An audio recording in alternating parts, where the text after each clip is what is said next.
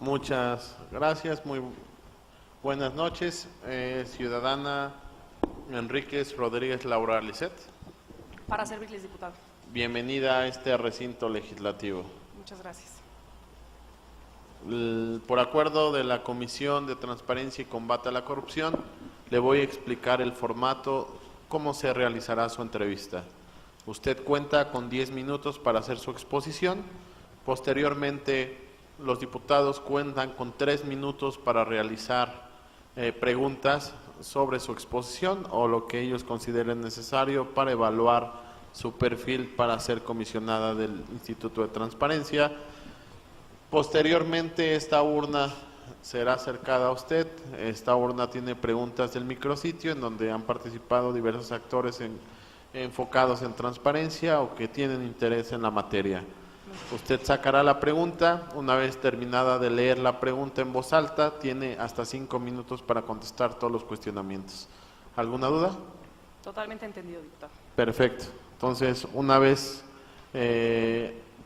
entendidas las instrucciones, le cedo el uso de la palabra hasta por 10 minutos. Muchas gracias. Pues primeramente los saludo con mucho gusto a los 4. Es un honor para mí estar en esta soberanía, pues participando en este proceso para posiblemente presentarles mi candidatura como comisionada para el Instituto de Transparencia, Acceso a la Información, Protección de Datos y Rendición de Cuentas de la Ciudad de México. Primeramente, quisiera presentarles a mi persona, mi currículum, que ustedes por supuesto ya tienen, y sin embargo me permito decirles por qué puedo ser la mejor candidata para ocupar el cargo de comisionada ciudadana. Soy de esas personas que reconocen la virtuosidad de los órganos colegiados, pero también los retos que entrañan. Definitivamente creo que soy una persona que tiene la capacidad para articular esfuerzos dentro de un órgano colegiado, porque considero tener una sólida formación académica y también una trayectoria profesional en la que la guía ha sido durante todo este tiempo la participación ciudadana, desde varios frentes, desde varias trincheras que a continuación me permito comentarles. Yo tengo la licenciatura en Ciencia Política por el Instituto Tecnológico Autónomo de México, ITAM, y la maestría en Administración Gestión Pública Aplicada del Tecnológico de Monterrey. Y mi trayectoria ha sido en varios frentes, como les comentaba. Primeramente en la Administración Pública Federal, desde el Instituto Mexicano de la Juventud, donde fui la secretaria técnica de la institución. Fue un reto profesional, por supuesto, porque desde esa dirección general tuve que ver transversalmente todos los temas que abarca una institución, desde la parte financiera, programática y evaluación, hasta la ejecución de los programas, es decir, la parte sustantiva de una institución. Entonces, fue mucho el crecimiento que pude obtener de ahí. También estuve desde el frente legislativo, en la parte local, aquí justamente en estos pasillos. Les comentaba a algunos colegas que yo también estuve en la Asamblea Legislativa del Distrito Federal, en la reforma política del Distrito Federal. En esa comisión elaboramos un proyecto de consenso entre los partidos políticos, sin embargo no se llevó a pleno, finalmente no se votó la propuesta. Sin embargo, en ella incorporamos muchos temas de participación ciudadana en esa reforma política. También estuve en la Comisión de Juventud de la Cámara de Diputados, en donde fui secretaria técnica. El reto, por supuesto, fue articular esfuerzos entre diversas fuerzas, entre diversos partidos políticos y coordinar los trabajos de una mesa directiva, pero particularmente algo que me pareció muy relevante que se llevó a cabo, que creo que fue un logro, fue la iniciativa Jóvenes por México. Iniciativa Jóvenes por México no solamente buscó alentar la participación de los jóvenes en el Poder Legislativo, sino también el poder de incidencia de los jóvenes, porque se hizo una gran convocatoria en donde los jóvenes pudieron presentar iniciativas de ley. Las ganadoras, que fueron seleccionadas por un comité de expertos y un comité de académicos, esas iniciativas ganadoras fueron presentadas ante el Pleno, adoptadas por un diputado integrante de la comisión. Esa iniciativa fue impulsada durante mi gestión en esa Secretaría Técnica de la Comisión y lo destaco como un esfuerzo de participación y de parlamento abierto por parte del Congreso en esa legislatura. Posteriormente me integré a los órganos autónomos, donde tuve la oportunidad de participar en el Instituto Nacional Electoral desde el Consejo General y dar seguimiento a la implementación de la reforma electoral correspondiente. Un reto totalmente porque implicó la armonización normativa y porque implicó pues, el diálogo con los partidos políticos sentados en la mesa del Consejo General. Asimismo, tuve la oportunidad de participar en el Instituto Nacional de Transparencia, Acceso a la Información y Protección de Datos Personales, en el INAI, y bueno, también lo he hecho desde la iniciativa privada, de modo que conozco varios ámbitos. Pues de la parte profesional he tenido experiencia en la parte administrativa, en la parte legislativo, en la parte de órganos autónomos, en la defensa de derechos. Yo destacaría mi participación en los órganos colegiados. He tenido la oportunidad de ser consejera electoral local, consejera electoral distrital, pues participando con los partidos políticos sentados a la mesa, pero también dialogando con mis colegas consejeros electorales. Y bueno, por supuesto, en el nivel directivo que tuve en el INAI, mi responsabilidad fue ser enlace con el Poder Legislativo y Judicial. Por supuesto que ello entraña retos naturales por ser el Poder Judicial la última instancia en materia de transparencia y por ser el Legislativo la sede de donde nacen todas estas grandes reformas. Diría que el logro fue que recientemente en esta evaluación preliminar que resultó del INAI, el Poder Judicial y el Poder Legislativo obtuvieron los mejores resultados en cuanto a la evaluación, y esos son justamente los poderes que yo encabecé estando en el INAI. Ello implica una capacitación ardua, fue una capacitación ardua hacia estos poderes, el Legislativo, las cámaras de diputados, el Senado, la Auditoría Superior, pero también a la Suprema Corte y al Consejo de la Judicatura, órganos por demás complejos y grandes. He tenido también, no solamente desde la trayectoria profesional, sino desde un ámbito personal, un contacto con los derechos de acceso a la información y de protección de datos. Desde los órganos colegiados estuve vigilando pues la correcta aplicación y la defensa de estos derechos, sí, los derechos electorales, pero también el derecho de acceso a la información y protección de datos personales con mi experiencia en el INAI. Y como ciudadana ejerciendo el derecho, también actualmente desde la iniciativa privada nos damos cuenta del valor agregado que da el tener información y cómo utilizar esa información se vuelve un ciclo virtuoso. Ese ciclo virtuoso implica que conforme se pide información se van reduciendo los espacios de opacidad, ¿no? en estas organizaciones, en estas instituciones, y con ello vamos buscando cada vez más transparencia. En fin, es un círculo virtuoso. No necesariamente la transparencia acaba con el problema de la corrupción, pero definitivamente considero que es necesario. Y en esto saco a colación que el 95% de los ciudadanos consideran que es frecuente la corrupción. Hay que reconocer la labor de las instituciones y la sociedad civil, por supuesto, por consolidar el andamiaje de transparencia, pero sí hay que impulsar decididamente el cumplimiento por parte de los sujetos obligados. Hay que dar utilidad a la información, no únicamente se trata de publicar información por publicarla, sino hacerla útil para los ciudadanos. Y por supuesto, transitar hacia la proactividad. Es por ello que yo he identificado algunos retos para el InfoDF.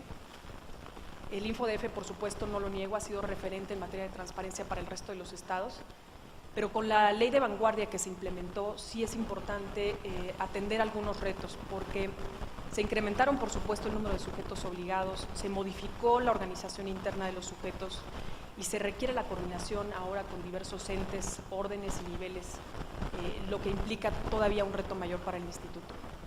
En este sentido propongo 5 puntos básicamente,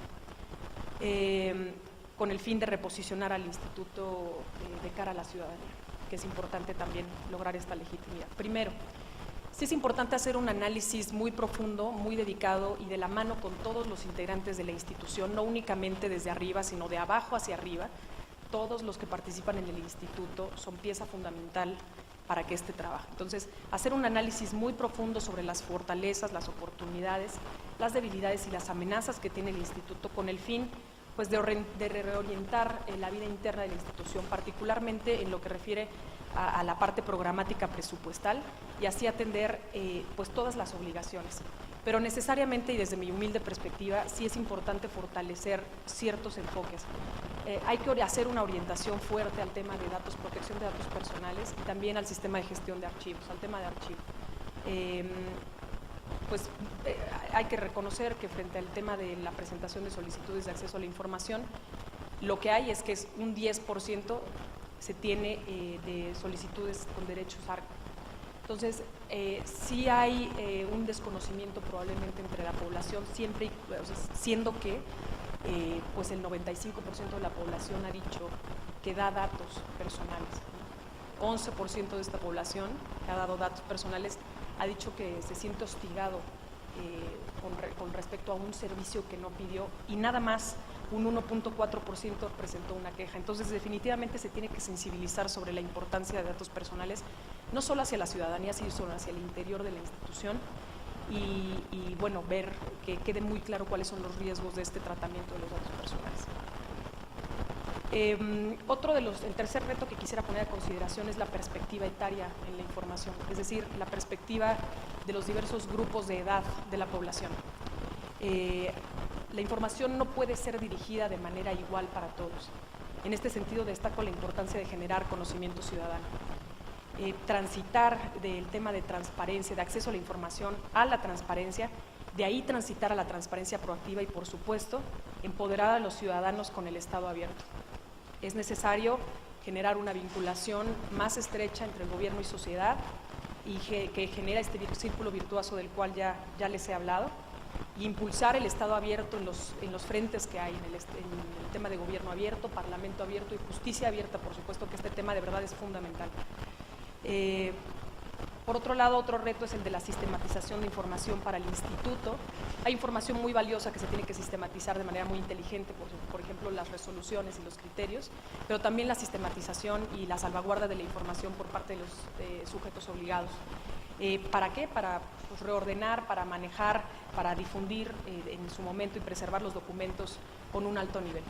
Por último, y no por ello menos importante, al contrario, me parece fundamental, insistir con traducir la información en conocimiento ciudadano, en que esta información no nada más se publique, por supuesto es una obligación, pero que transitemos hacia la utilidad de la información para que la ciudadanía se interese cada vez más por este tipo de cosas que son virtuosas para el sistema en general. Les agradezco mucho el tiempo que me han dedicado y la atención que me han puesto para esta presentación, y quedo a sus enteras órdenes. Muchas gracias, ciudadana Enríquez. Siguiendo el procedimiento, no sin antes mencionar que el uso de la tecnología, las iPad, smartphones, la computadora, lo estamos utilizando para la evaluación. Lo estamos diciendo periódicamente en las entrevistas para ahorro de papel, propiamente. Muy bien, se entiende perfectamente. Gracias, diputado. Siguiendo el protocolo, le instruyo al diputado, bueno, no le instruyo, le cedo la palabra al diputado Suárez del Real para hacer su cuestionamiento. Usted puede instruir, señor presidente, no hay ningún problema. Le agradezco, y con su venia. Maestra Enríquez Rodríguez, me llama muchísimo la atención que usted haga mención del Estado abierto y haga además la precisión de cuáles son los entes que conforman este concepto de Estado abierto. Su experiencia como directora de acompañamiento de sujetos obligados, entre ellos el Poder Judicial, de manera muy elegante, diplomática, usted comentó la complejidad que representó el acompañamiento a el Poder Judicial. Mi pregunta concreta es, desde este ámbito del quehacer ciudadano, como consejera ciudadana del InfoCDMX, ¿qué acciones emprendería para generar la justicia abierta, para generar esa conciencia en el Poder Judicial de la Ciudad de México de lo que es la justicia abierta? Porque es uno de los poderes más anquilosados de todo el Estado mexicano. Por sus oportuna respuesta, le agradezco de antemano. Es cuanto, señor presidente. Muchas gracias, diputado Suárez del Real. Le cedo el uso de la palabra al diputado Juan Gabriel Corchado. Muy buenas noches. Pediría que mi pregunta se tomara también de la urna de Perfecto. la sociedad. Muchas gracias, diputado Corchado. Ciudadana Enríquez, veo su trayectoria, que no es poca, es bastante amplia. Ha estado en instancias a nivel federal, estatal, por lo que puedo revisar en su currículum. Quiero hacerle una o 2 preguntas puntuales. ¿Cuál considera que es la mayor fortaleza de la ley actual de transparencia y a su vez también cuál es la fortaleza de la ley de protección de datos personales de esta ciudad? ¿Es cuánto, diputado? ¿Es cuánto, ciudadano?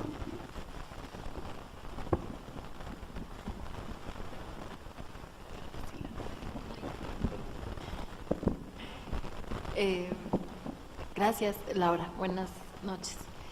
Desde tu punto de vista, ¿cómo se elimina la discrecionalidad para establecer la inexistencia de la información por parte de los sujetos obligados?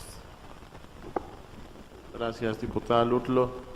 Pasamos la urna a la ciudadana, por favor.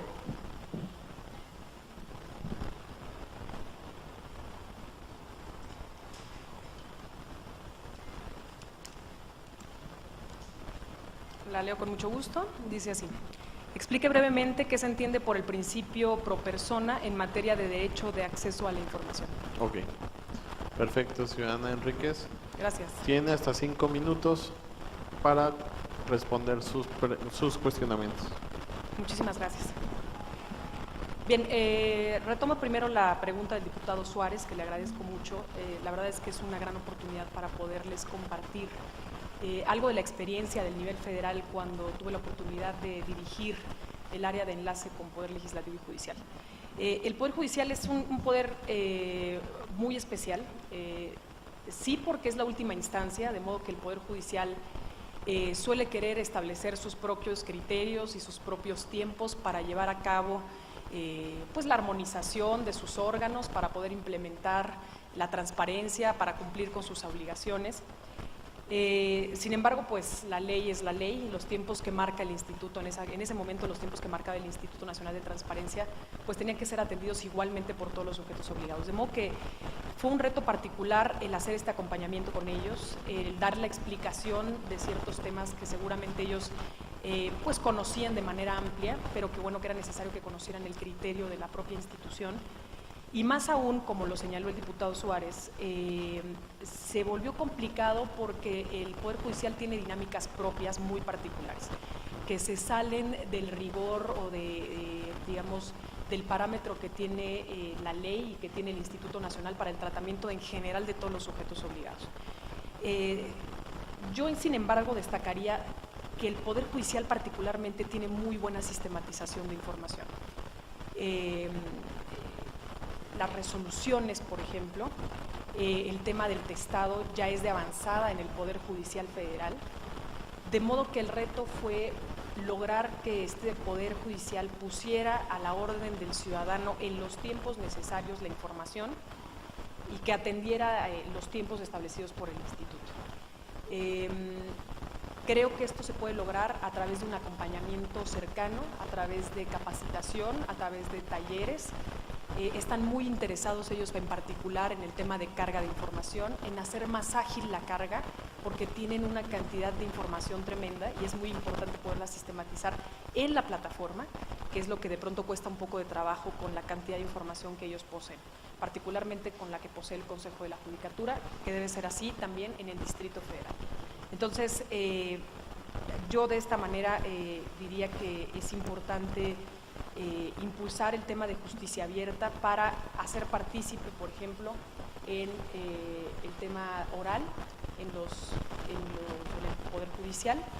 Ya existen mecanismos, sin embargo, había debate de hasta dónde podría el ciudadano estar presente en un proceso oral, si podría o no solicitar un video, por ejemplo.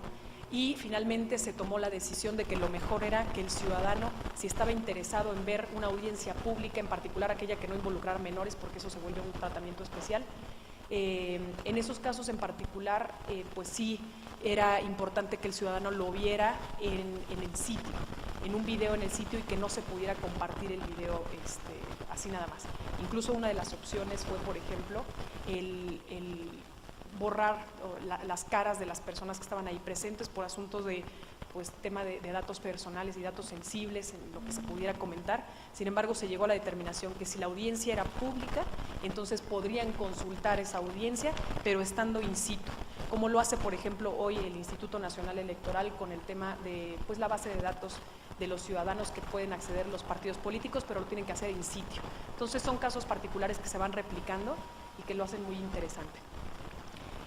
Por parte del diputado presidente se hizo la pregunta sobre la mayor fortaleza de la ley actual de transparencia y de datos personales. Al respecto, yo destaco lo que significa en sí esta ley de transparencia y protección de datos personales en cuanto a la ampliación de los sujetos obligados. Definitivamente nos habla de una iniciativa o de una ley ahora ya de vanguardia. Estamos hablando de que ya no nada más estamos vigilando el ejercicio de la política pública, sino también estamos vigilando desde la creación de las leyes en el legislativo, desde la impartición de justicia en el Poder Judicial y todo lo que conlleva a las personas físicas, morales, etcétera, cualquier otra persona, sindicato, partido político que tiene recursos. Definitivamente creo que esto es un avance para la sociedad en tanto al acceso y el establecimiento de lineamientos positivos en materia de gobierno abierto y de transparencia proactiva que permiten la colaboración interinstitucional. Eso destacaría como la mayor fortaleza de la ley, así como la inclusión definitiva de los ciudadanos como el Consejo Ciudadano y todos los conceptos que incluyen a la ciudadanía que como ustedes verán en mi currículum, pues ha sido la fortaleza o ha sido el eje rector de mi trayectoria, que es la participación ciudadana. La diputada Ludlow, creo que estamos ya sobre el tiempo, pero me hace la pregunta sobre cómo eliminar la discrecionalidad para que no haya inexistencia en la declaración. Efectivamente, particularmente en